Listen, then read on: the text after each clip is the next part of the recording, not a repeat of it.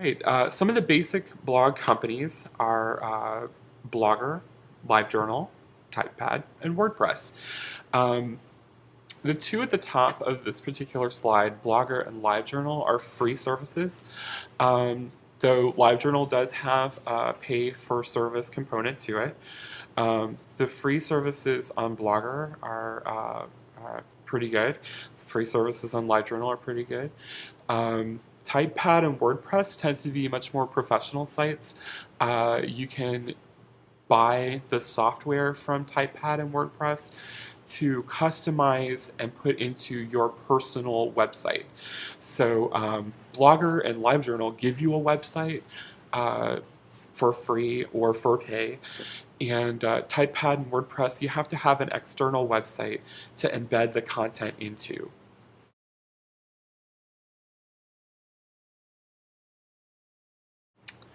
I'm going to talk a little bit about the pros and cons between Blogger and LiveJournal. I mean, the focus of this particular tutorial is blog your life. So we're going to talk about these two particular ones because they're free, they're easy to use, and they're the most commonly used blog companies for personal blogging. Okay, so let's talk about Blogger for a minute. Blogger is linked to google.com, which is a super hot search engine. If you don't know about Google, you should totally go to google.com and check it out. Blogger is a free account service. There's no paid component to it. The downsides to it are that Blogger has a very limited amount of styles that you can use. So all the Blogger blogs kind of look the same. And the other thing about Blogger is that Blogger has only full and open access or totally private. There's no in between. There's no gray area. If you put it on Blogger, it's out there for the world to see. And if you take it off, it's gone. You can never see it again. LiveJournal, on the other hand, is a little bit different. LiveJournal is a series of communities, and it's a personal blogging site, much like Blogger. You can get a LiveJournal account for free or for pay. There's different levels of access that you have with free and paid accounts.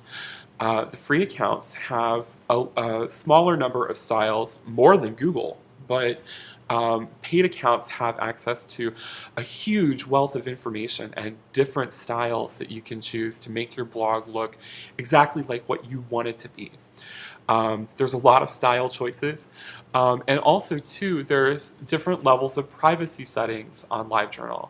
LiveJournal has full access, like Google, where anyone who goes to your LiveJournal account can see what you wrote on an open, public page. They also have what they call their LiveJournal friends. The LiveJournal friends are people that also have LiveJournal accounts that you know, that you give access to see certain posts. So if you don't want everyone in the world to see it, you can select the LiveJournal friends access, and then only your LiveJournal friends can see it. They also have custom friend settings so that you can pare down even smaller selections of friends to only see even more private things. And then there's even a private setting where only you can see things. So LiveJournal has this wide range of privacy options that Blogger just doesn't.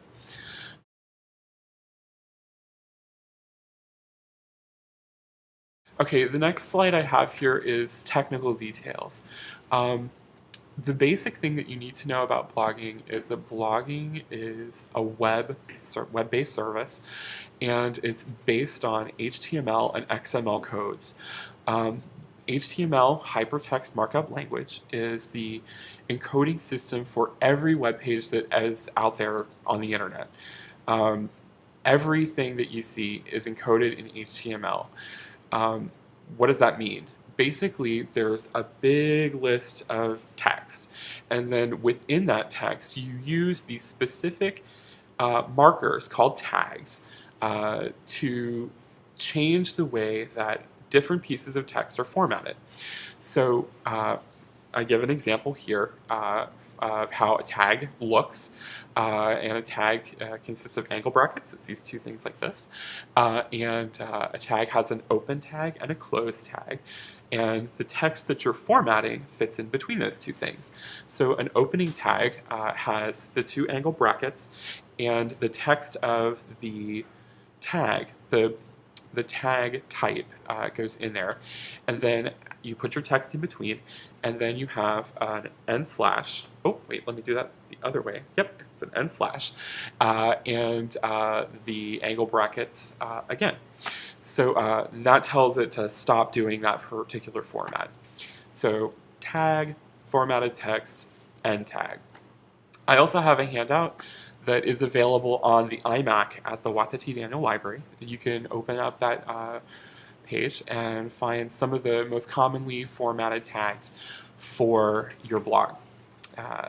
And if you don't have access to the iMac, if you're watching this on YouTube, you can go to www.w3schools.com and you can get all of the HTML tag and coding information you could ever want in your entire life, because they have everything there.